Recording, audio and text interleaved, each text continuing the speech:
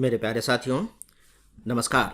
Friends, अपने इस lecture में मैं आपसे आईएएस की तैयारी में, खासकर प्री एग्जामिनेशन की तैयारी में ज्योग्राफी सब्जेक्ट का क्या रोल है और उसकी फोकस्ड तरीके से आप कैसे तैयारी करेंगे, इस पर बातें करने जा रहा हूँ।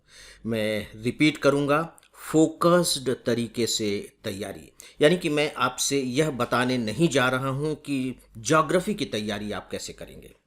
देखिए, ज्योग्राफी की तैयारी आपने ऑलरेडी कर रखी होगी और आपको करना ही होता है, क्योंकि मेंस में भी ज्योग्राफी है। आप ये लिबर्टी नहीं ले सकते कि ज्योग्राफी को छोड़ दें। तो मैं ये मान करके चल रहा हूँ कि ज्योग्राफी की तैयारी आपने अपने ढंग से कर रखी है।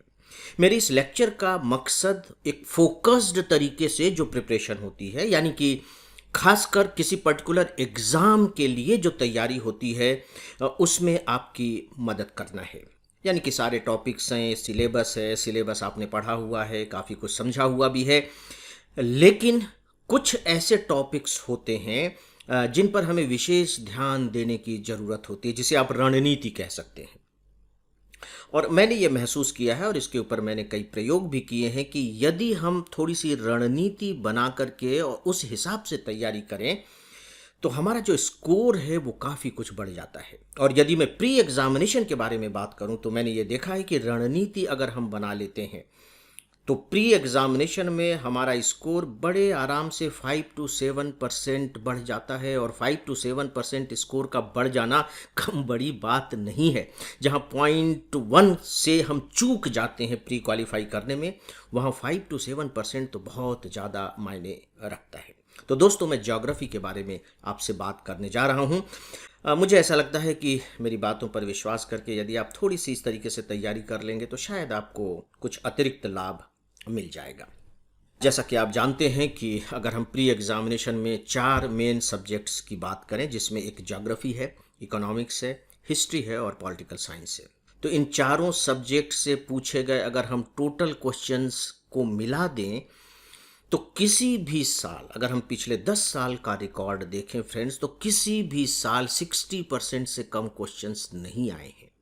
यहाँ तक कि अधिकतम 72% तक क्वेश्चंस केवल इन चारों सब्जेक्ट्स से आए हैं। कल्पना करके देखिए, चलिए हम इसके बीच का ले लेते हैं 65%।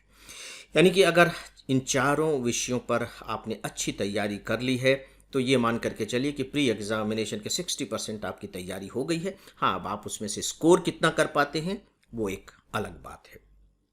तो इन 4 सब्जेक्ट्स का जो कंट्रीब्यूशन है वो है 65%। लेकिन इन 65% को हम इक्वल 4 भागों में नहीं बांट सकते।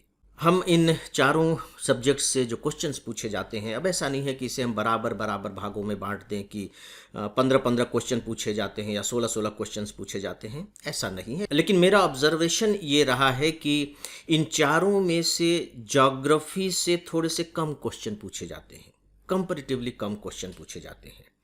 कम का मतलब ये नहीं कि कोई बहुत कम है, लेकिन 10 से 12 क्वेश्चन तो ज्योग्राफी से आ ही जाते हैं। लेकिन ज्योग्राफी के साथ एक प्रॉब्लम है, स्पेशली ज्योग्राफी के साथ। और प्रॉब्लम यह है फ्रेंड्स कि एक तो ज्योग्राफी है, आप जानते हैं उसका सिलेबस है, किताबों में आपको ज्योग्राफी पढ़ने को मिलती है, ठीक है। लेकिन आपको प्री एग्जामिनेशन में बाकायदे एग्रीकल्चर पर भी क्वेश्चंस मिलते हैं जो पूछे गए हैं। आपको पर्यावरण पर भी क्वेश्चंस मिल जाते हैं। जैसे मान लीजिए कि अभयारण्य पर पूछ लिया गया, तो अब ये जो अभयारण्य पर क्वेश्चन पूछा गया है सेंचुरी पर, तो यह एक तरीके से पर्यावरण के सब्जेक्ट से भी जुड़ा हुआ है और कहीं ना कहीं ज्योग्राफी से भी जुड़ा हुआ है। ठीक इसी तरीके से कृषि से संबंधित प्रश्न, फसलों से संबंधित प्रश्न।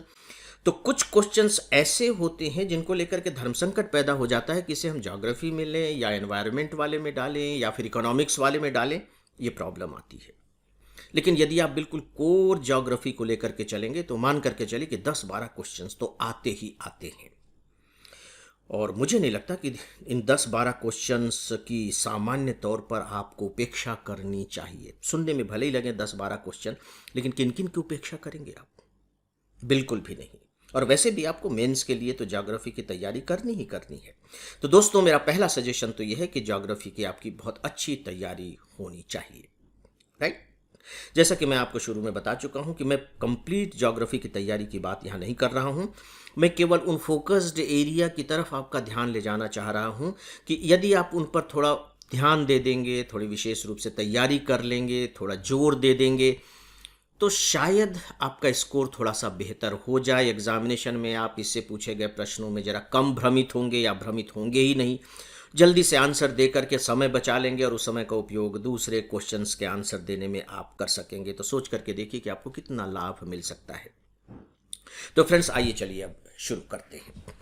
पहले समझते हैं हम कि प्री एग्जामिनेशन में जो ज्योग्राफी पर क्वेश्चंस पूछे जाते हैं वो किस तरीके के होते हैं। थोड़ी सी आपकी जानकारी के लिए मैंने ये देखा है कि जो 50% क्वेश्चंस होते हैं जो ज्योग्राफी के पूछे गए, जैसे मान लीजिए कि 10 क्वेश्चन पूछे गए तो 5 क्वेश्चन, तो 50% जो क्वेश्चंस होते हैं वो सीधे सीधे बुक्स पर आधारित होते हैं। किताबों से आप तैयार कर सकते हैं, लेकिन वो स्ट्रेट नहीं होते कि सीधे सीधे आप उनके उत्तर दे देंगे। वो थोड़े से जटिल तरीके से ड्राफ्ट किए जाते हैं, तैयार किए जाते हैं। 50%। रिमेनिंग जो 50% क्वेश्चंस होते हैं उनका संबंध खासकर करंट अफेयर्स से होता है। और करंट अफेयर से भी ऐसा नहीं कि आप एकदम सीधे सीधे उनको पकड़ लेंगे। कुछ तो होते हैं जो सीधे सीधे पकड़ में आ जाते हैं, कुछ ऐसे भी होते हैं जो सीधे सीधे पकड़ में नहीं आते।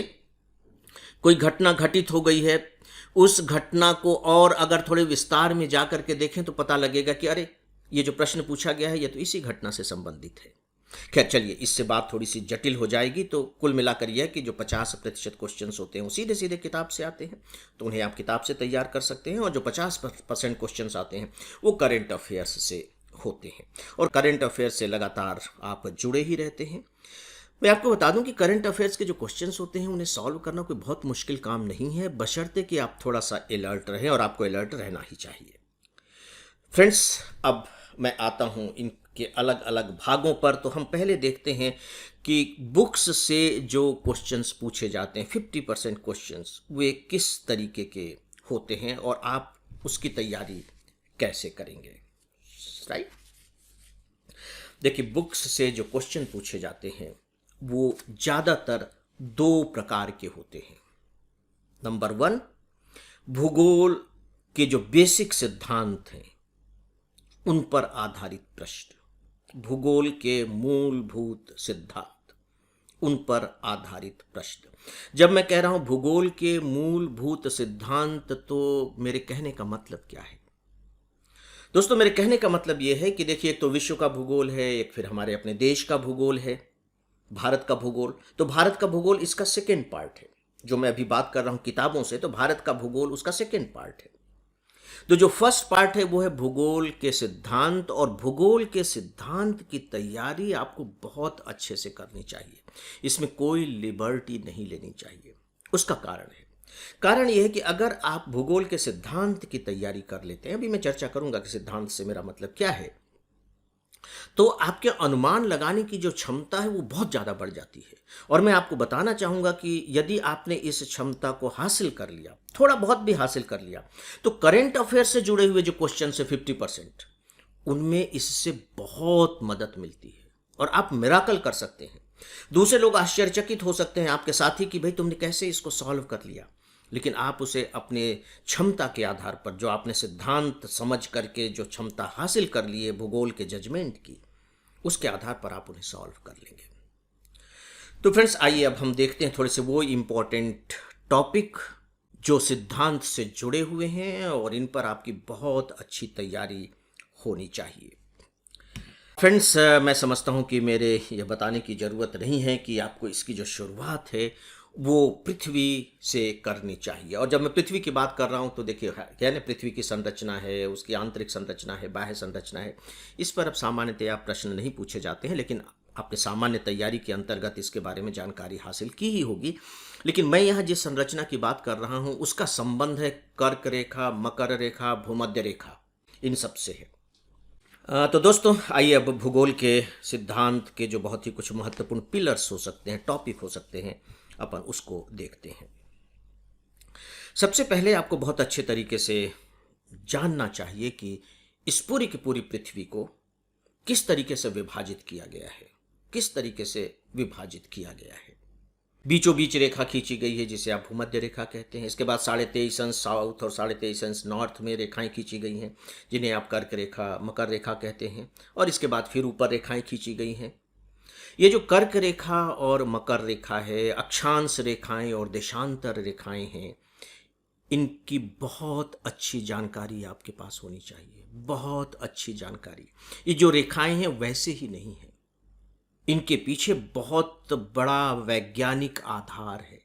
और यदि आप एक बार इसे बहुत अच्छे से समझ लेते हैं तो आप पता लगा कि पृथ्वी की ढेर सारी विशेषताएं, खासकर उसके जो तापमान से जुड़ी हुई विशेषताएं हैं, उसकी वर्षा से जुड़ी हुई विशेषताएं हैं, उसके फसलों से जुड़ी हुई विशेषताएं हैं, आर्द्रता से जुड़ी हुई विशेषताएं हैं, विंड्स से जुड़ा हुआ जो उसका चरित्र है, ये ढेर सारे रहस्यमयी जगत आपके सामने पर्दा दर पर्दा खुलते चले जाएंगे अगर आपने इसे बहुत अच्छे तरीके से समझ लिया तो।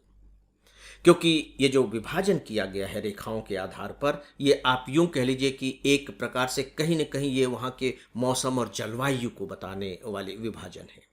एकदम से पता लग जाता है कि अच्छा यहाँ की जलवायु ऐसी होगी, यानी कि पूरे विश्व के बारे में आपकी समझ विकसित हो जाती है। खासकर मैंने यहाँ पृथ्वी पर रेखाओं की बात की है, अदरवाइज आप इसे दूसरे शब्दों में कह सकते हैं कि जलवायु को प्रभावित करने वाले कौन कौन से तत्व होते हैं, या तापमान को प्रभावित करने वाले कौन कौन से तत्व होते हैं। इन दोनों पर आपको अच्छी तैयारी कर लेनी चाहिए, जिसमें एक अक्षांश रेखा के बारे में मैंने आपको बताया, एक समुद्र तल से ऊंचाई होती है, फिर समुद्र से दूरी भी होती है, फिर कहाँ जल भाग हैं, स्थल भाग हैं, महासागरीय धाराएं किस तरीके की होती हैं। इन सब को बहुत अच्छे से समझ लेना चाहिए। ये मैं सिद्धांत के पक्ष वाली बात कर रहा हूँ। उदाहरण के तौर पर तापमान, यदि आप तापमान की विशेषता को समझ लेते हैं तो देखिए आप ढेर सारी चीज़ें पकड़ लेंगे, क्योंकि तापमान पर ही वहाँ वर्षा कितनी होगी ये निर्भर करता है, तापमान पर ही यह बात निर्भर करता है कि वहाँ हवाएं किस दिशा से किस दिशा को चलेंगी, किस तरह कहाँ से वो टर्न लेंगी, हवाओं का दबाव कैसे बनेगा। तापमान के आधार पर ही महासागरीय धाराएं जन्म लेती हैं और बहती हैं।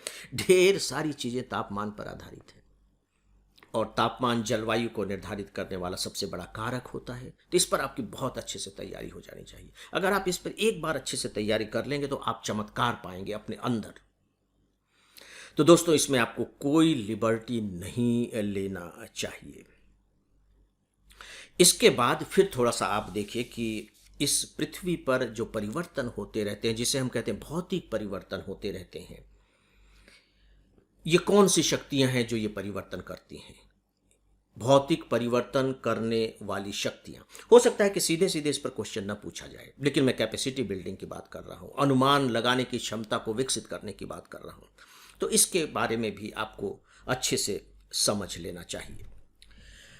दोस्तों, कुछ पृथ्वी से जुड़ी हुई जो दूसरी घटनाएं हैं, मुझे लगता है कि एक बार विशेष रूप से आप उन पर ध्यान दे दें, जैसे भूकंप है, जैसे ज्वालामुखी है, महासागर महासागर का ताप, उसकी लवणता, सैलिनिटी और धाराओं के बारे में।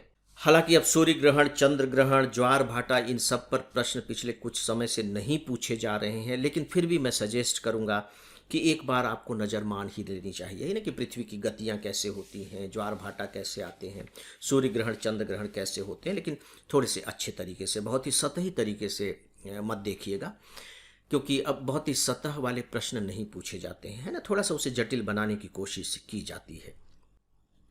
ठीक इसी तरीके से आप आर्द्रता के बारे में जान लीजिए। आर्द्रता, जो जल जब परिवर्तित होता है तो उसके कौन कौन से रूप होते हैं, कुछ समय पहले इस तरह के क्वेश्चन पूछे गए हैं, जैसे ओस, ड्यू जिसे आप कहते हैं, तुषार जिसे आप फ्रास्ट कहते हैं, कोहरा जिसे आप फॉग कहते हैं, ये सब कैसे बनते हैं, वर्षण के क्या प्रकार होते हैं। ये कठिन नहीं है, लेकिन जब प्रश्न पूछे जाते हैं तो उसमें इतनी बारीकियां पैदा कर दी जाती हैं कि यदि आपने ध्यान नहीं दिया तो आप गलत कराएंगे।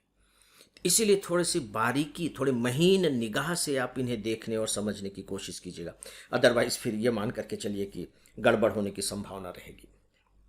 इन सब को तैयार करने के बाद फ्रेंड्स, एक बहुत इम्पॉर्टेंट टॉपिक है जो एक प्रकार से जलवायु से ही संबंधित है, और इसका सीधा संबंध अक्षांश रेखा से है, और वह है तापमान के आधार पर पृथ्वी का विभिन्न क्षेत्रों में विभाजन। जैसे कि आपने पढ़ा है उष्ण कटिबंध, टॉरिड जोन, शीतोष्ण कटिबंध, टेम्परेट जोन, और शीत कटिबंध, फ्रिजिड जोन। इसी से जुड़ा हुआ अगला बहुत इंपॉर्टेंट टॉपिक है विश्व की जलवायु का वर्गीकरण। फ्रेंड्स, उदाहरण के तौर पर मैं कुछ इशारे के रूप में कहना चाहूँगा, जैसे विषुवत रेखीय जलवायु, इक्वेटोरियल टाइप ऑफ क्लाइमेट, मानसूनी जलवायु, भूमध्य सागरीय जलवायु, टैगा सदृश जलवायु, जैसे समुद्र रेखीय जलवायु।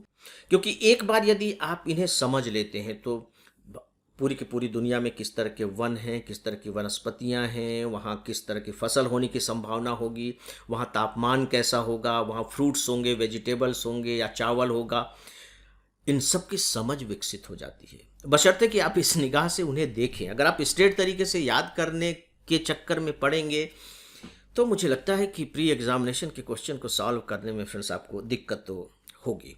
लेकिन अगर आप इन्हें इंटर रिलेट करके पढ़ेंगे, जैसे मान लीजिए आप तापमान को पढ़ रहे हैं, तो तापमान उष्ण कटिबंध में क्यों उष्ण कटिबंध है, शीतोष्ण में ये क्यों कम हो रहा है, ध्रुव से कैसे इसकी दूरी बन रही है, भूमध्य सागर से इसका क्या संबंध है। जब इस तरीके से आप इंटर रिलेट करके पढ़ेंगे तब आप समझ पाएंगे कि अरे मेरे हाथ में तो एक मास्टर की आ गई है जिससे मैं ढेर सारे ताले खोल सकता हूँ। चाबी एक ही है लेकिन ताले कई खोल सकते हैं। और मैं खासकर यहाँ अपने ऑनलाइन के स्टूडेंट्स को याद दिलाना चाहूँगा फ्रेंड्स, आपको जो लेक्चर्स प्रोवाइड किए गए हैं जो ज्योग्राफी पर, वो मास्टर की के रूप में ही आपको प्रोवाइड किए गए हैं। आप याद करने की कोशिश कीजिए, अगर आप लेक्चर सुन चुके हैं तो किस तरीके से इंटर रिलेट करके चीज़ों को बताने और समझाने की कोशिश की गई है। इसी तरह से आप सबकी भी तैयारी होनी चाहिए। थोड़ी सी तैयारी आप वायुमंडल पर भी कर सकते हैं।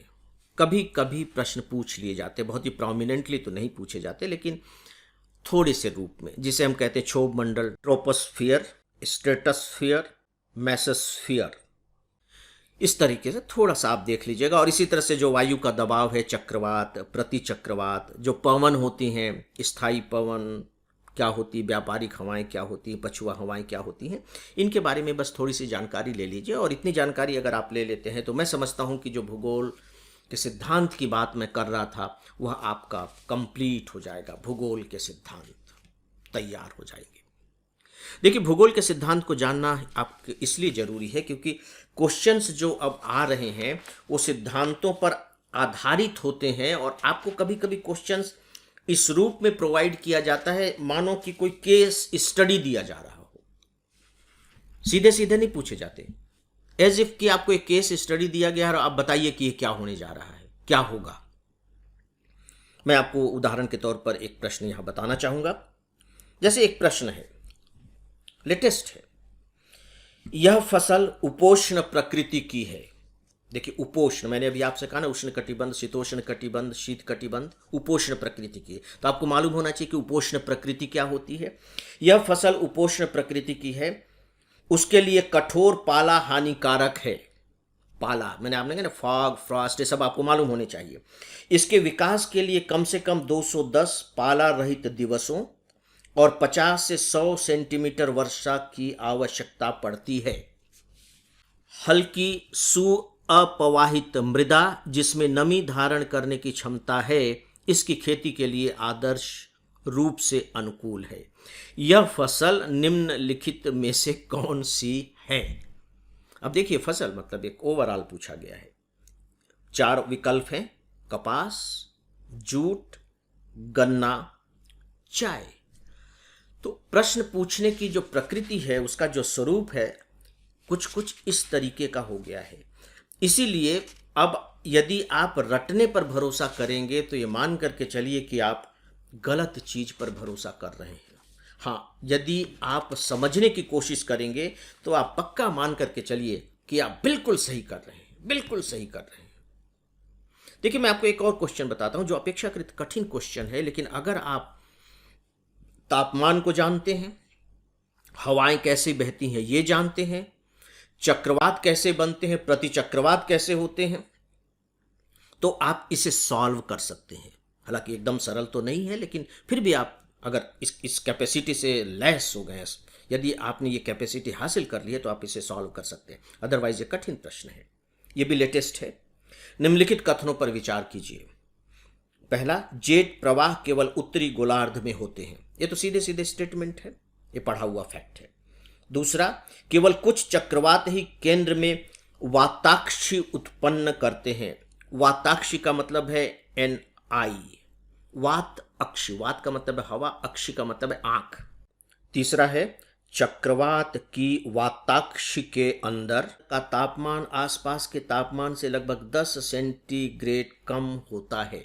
अब 10 सेंटीग्रेड कम होता है, अब आप देखिए कि अंदर है और 10 सेंटीग्रेड बाहर का, आप आसपास का तापमान कम है, तो उससे वो चक्रवात बनेगा, प्रतिचक्रवात बनेगा, नहीं बनेगा, क्या होगा, आप इसका अनुमान लगा सकते हैं और इसे सॉल्व कर सकते हैं। दोस्तों, इसीलिए मैंने भूगोल के सिद्धांत की विशेष रूप से बात की है कि उस पर आपकी अच्छी पकड़ होनी चाहिए। भूगोल के सिद्धांत, इसका जो दूसरा हिस्सा है दोस्तों, वो भारत का भूगोल है। भारत का भूगोल, भारत के भूगोल पर आपकी बहुत अच्छी पकड़ होनी चाहिए, बहुत अच्छी पकड़। देखिए, हम भारत में रह रहे हैं, आप सिविल सर्वेंट बनने जा रहे हैं, आपके ऊपर देश के डेवलपमेंट का दायित्व होगा, तो भूगोल की जानकारी आपको होनी ही चाहिए। फिर आप पता लगा कि कहीं डिस्ट्रिक्ट कलेक्टर हैं तो आपदा प्रबंधन भी कर रहे हैं, तो आपदा प्रबंधन का संबंध भूगोल से सीधे सीधे है। तो व्यावहारिक रूप में भी और एक स्नातक के रूप में भी भूगोल की अच्छी समझ तो होनी ही चाहिए। तो आइए अब मैं थोड़ा सा भारत के भूगोल के जो इम्पोर्टेंट टॉपिक हो सकते हैं आपके प्रिपरेशन के लिए प्री एग्जामिनेशन की, उन पर थोड़ी सी बातें करता हूँ। सबसे फर्स्ट पॉइंट ये है दोस्तों कि आपको भारत का जो सामान्य परिचय है, जो एक भौगोलिक स्थिति है, वो बिल्कुल मालूम होना चाहिए कि एक अक्षांश देशांतर रेखा क्या है, हमारी सीमाएं क्या हैं, हमारे पड़ोसी देश क्या हैं, बहुत अच्छे से इसकी जानकारी होनी चाहिए, राइट। इसके बाद जो सबसे इम्पॉर्टेंट सेकेंड पॉइंट आता है वो है भारत का भौगोलिक वर्गीकरण, और इसकी जानकारी बहुत अच्छी होनी चाहिए, बहुत बहुत और बहुत अच्छी होनी चाहिए। मैं विश्वास दिलाता हूं कि अगर भारत का सामान्य परिचय आपके पास है और भौगोलिक वर्गीकरण भी आप जानते हैं अपने देश का, तो एक या दो प्रश्न आप बड़े आराम से सॉल्व कर लेंगे केवल इन्हीं दो टॉपिक के आधार पर। जब मैं कह रहा हूं भारत का भौगोलिक वर्गीकरण, तो इसका क्या अर्थ है? मतलब भारत को आप कितने भागों में विभाजित कर सकते हैं भौगोलिक रूप से, जैसे हम करते हैं ना कि उत्तर का पर्वतीय क्षेत्र भाग, या हिमालय का क्षेत्र, गंगा का मैदान, और प्रायद्वीपीय पठार, पश्चिमी पूर्वी घाट, इस तरह से विभाजित करते हैं ना। लेकिन आपको रटना नहीं है। मैं बार बार दोस्तों इस बात पर जोर दे रहा हूं कि प्लीज़ रटना नहीं है, इन्हें समझना है, इनके चरित्र को समझना है, इंटरलिंक्ड करके देखना है, कोशिश करनी है। यहाँ तापमान क्या है, वर्षा क्या है, क्यों इसका अलग से विभाजन किया गया, इसकी विशिष्टताएं क्या हैं, दूसरों से ये क्यों अलग है, इस तरीके से बिल्कुल उलट पलट करके और अच्छे तरीके से इसे समझना होगा। इसके बाद जो हमारा नदी तंत्र है, बाकायदे हमारे नदी का जो अपवाह तंत्र है, उसे आप अच्छे से समझ लीजिए और विशेषकर इस पर जोर दीजिए। उत्तरी भारत और दक्षिण भारत की नदियों में क्या अंतर है और ये अंतर क्यों है, इस पर खासकर आप जोर दीजिएगा।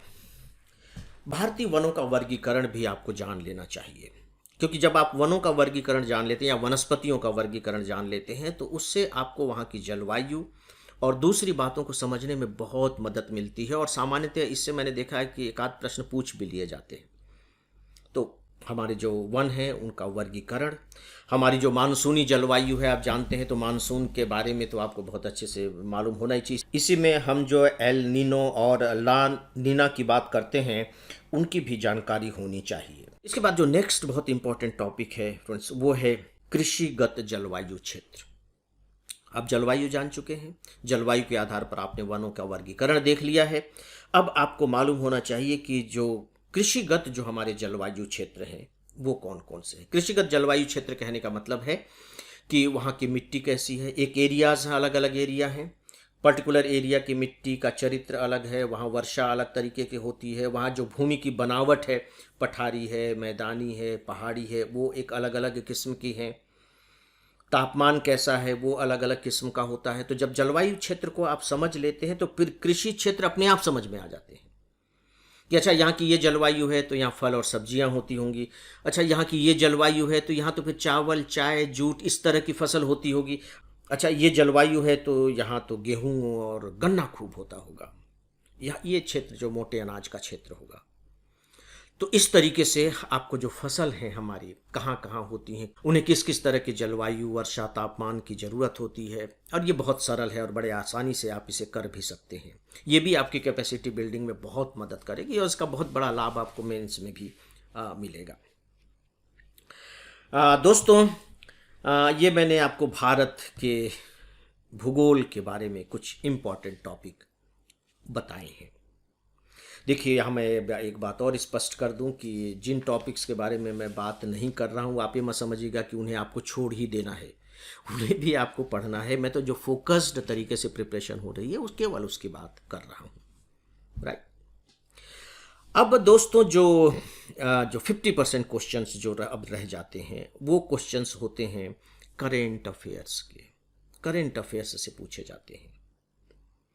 अब ये जो करेंट अफेयर्स के क्वेश्चंस की तैयारी की जहाँ तक बात है, तो इसके लिए साल भर तक सतर्क रहना बहुत ज़रूरी होता है। अगर मैं एक साल के करेंट अफेयर्स की बात करूं तो देखिए, उसमें बहुत सारी ऐसी घटनाएं घटित होती हैं जो पूछ ली जाती हैं। जैसे कभी कभी आपने देखा होगा कि महासागरों के बारे में पूछ लिया जाता है, नदियों के बारे में पूछ लिया जाता है, समुद्र तटों के बारे में, स्थान के बारे में, ढेर सारी ऐसी घटनाओं के बारे में पूछ लिया जाता है, खबरों के बारे में पूछ लिया जाता है कि आप सोचते हैं कि यार ये तो ज्योग्राफी का हिस्सा नहीं है, जबकि वो करंट का हिस्सा होता है और ज्योग्राफी का ही होता है। जैसे अगर मैं कुछ करंट अफेयर्स की इस तरह की बात करूं तो जैसे गुलाबी हीरे की खदान अर्गेल माइंस, पट्टनम कहाँ है, भारत में सन 2020 में किन स्थानों को रामसर स्थल घोषित किया गया है, भारत के किन नगरों को यूनेस्को ने नगरीय योजना में शामिल किया है, भारत के किन समुद्र तटों को ब्लू फ्लैग सर्टिफिकेट दिया गया है, पेंगोंग झील के बारे में पूछा जा सकता है, उत्तराखंड में जो हिमस्खलन हुआ है तो हिमस्खलन पर बात की जा सकती है। कुछ बंदरगाह बड़े चर्चा में आते रहते हैं, जैसे सितवे बंदरगाह है, ग्वादर है, हम्बनटोटा है, चाबहार बंदरगाह है, ये कहाँ कहाँ हैं। मैत्री सेतु, मिताली एक्सप्रेस, स्वेज नहर में जहाज फंस गया था तो उसको लेकर के अगर प्रश्न पूछ लिया जाता है तो कोई आश्चर्य नहीं है। केन बेतवा नदी संपर्क योजना पर बहुत बात हुई है इस बार देश में, इस पर पूछा जा सकता है। मोटा अनाज पर पूछा जा सकता है। ओरकांडी एक स्थान है जो किसी वजह से चर्चा में, मैं जानबूझ करके नहीं बता रहा हूँ, किसी वजह से चर्चा में आ गया था तो इस स्थान के बारे में पूछा जा सकता है। तो ये करंट अफेयर्स के हिस्से, मैंने केवल उदाहरण के तौर पर कुछ बातें आपके सामने रखी हैं ताकि आपके दिमाग में चीज़ें स्पष्ट हो जाएं कि मैं कहना क्या चाह रहा हूँ। तो अगर आप इस तरह से करंट अफेयर्स का एक अच्छा सा कलेक्शन लेकर के और तैयारी कर लेंगे तो डेफिनेटली मानिए कि जो भूगोल के क्वेश्चंस हैं उनमें आप बहुत अच्छा स्कोर कर लेंगे, बहुत अच्छा स्कोर। दूसरी जो छोटी सी सूचना है आपकी पूरी प्रिपरेशन के लिए सिविल सर्विस एग्जामिनेशन की, मैंने 2 किताबें लिखी हैं, भाग 1 और भाग 2, और किताब का शीर्षक है आप आईएएस कैसे बनेंगे। मुझे व्यक्तिगत तौर पर लगता है और पूरी ईमानदारी के साथ लगता है कि ये पुस्तक आपके पास होनी चाहिए। प्रिपरेशन के दौरान आपके सामने जो भी प्रश्न खड़े होंगे उन प्रश्नों के उत्तर ये पुस्तक आपको देगी, और मुझे ऐसा लगता है कि आपकी प्रिपरेशन बहुत अच्छे तरीके से हो सके इसके लिए सही मार्गदर्शन भी उपलब्ध कराएगी। यदि आप चाहें तो आप ये पुस्तकें ले सकते हैं और इसका जो लिंक है वह नीचे दिया गया है। फ्रेंड्स, यदि आपको हमारा यह वीडियो पसंद आया हो तो आप इसे लाइक करें, दूसरों के साथ इसे शेयर करें, हमारे यूट्यूब चैनल को सब्सक्राइब भी करें, और हम लोग अब इंस्टाग्राम और टेलीग्राम पर अवेलेबल हैं, इसके लिंक नीचे दिए गए। तो दोस्तों, यहाँ मैंने केवल आपके सामने इम्पॉर्टेंट टॉपिक्स की चर्चा की है। यदि आप इन पर थोड़ा सा विशेष ध्यान दे लेंगे तो मुझे पूरा विश्वास है कि ये आपकी मदद करेंगे। मेरी शुभकामनाएं आप सबके साथ हैं, आप सब सफल हों। दोस्तों, अब इन्हीं शब्दों के साथ अपनी बात मैं यहाँ समाप्त करना चाहूँगा। नमस्कार।